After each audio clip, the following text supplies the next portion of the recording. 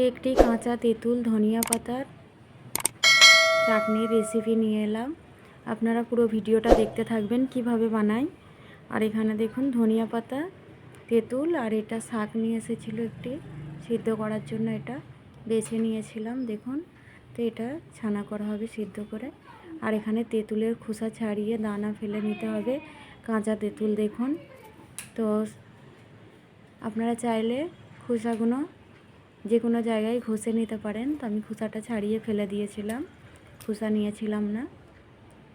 তো কাঁচা তেঁতুলগুলো দানা বেশি ছিল আর কি, তেঁতুলের মধ্যে দানা বেশি ছিল। আর তেঁতুলের সাইজটা ছোট ছোট ছিল, তাই বড় সাইজের হলে ভালো হতো। আর এখানে দেখুন পরিষ্কার করে সব নিয়ে নিয়েছিলাম। ধনিয়া পাতা, তেঁতুল, কাঁচা লঙ্কা নিয়েছিলাম।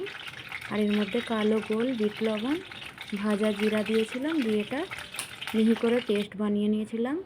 আর এখানে দেখুন কড়াইয়ের মধ্যে সরিষার তেল দিয়ে দিলাম।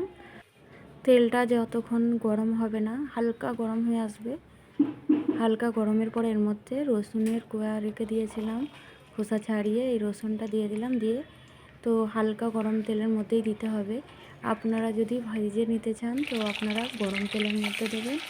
আমি হালকা গরমের মধ্যে দিয়ে তেলটা ফুটে এসেছে, এখন ওর মধ্যেই ধনিয়া পাতা, তেঁতুল, বাটা মশলা দিয়ে দিলাম যেটা ছিল আর কি। এর মধ্যে বলেছিলাম কালো গোল দিয়েছিলাম, কাঁচা লঙ্কা, বিট লবণ, জিরা, ভাজা জিরা আর রসুন দিয়েছিলাম, আপনারা দেখিয়েছেন। আর এই তেল দিয়ে এটা নাড়াচাড়া করে নিলে এটা আপনারা বাড়িতে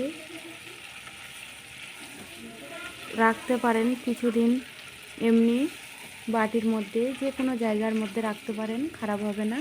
তো আপনারা ফেসবুক থেকে দেখলে আমাদের প্রোফাইলটি ফলো করবেন, ইউটিউব চ্যানেল থেকে দেখলে আমাদের চ্যানেলটি সাবস্ক্রাইব করবেন।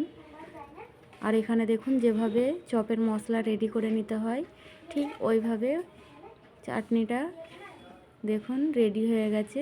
এর মধ্যে অল্প পরিমাণও জল থাকলে চলবে না, খারাপ হয়ে যাবে।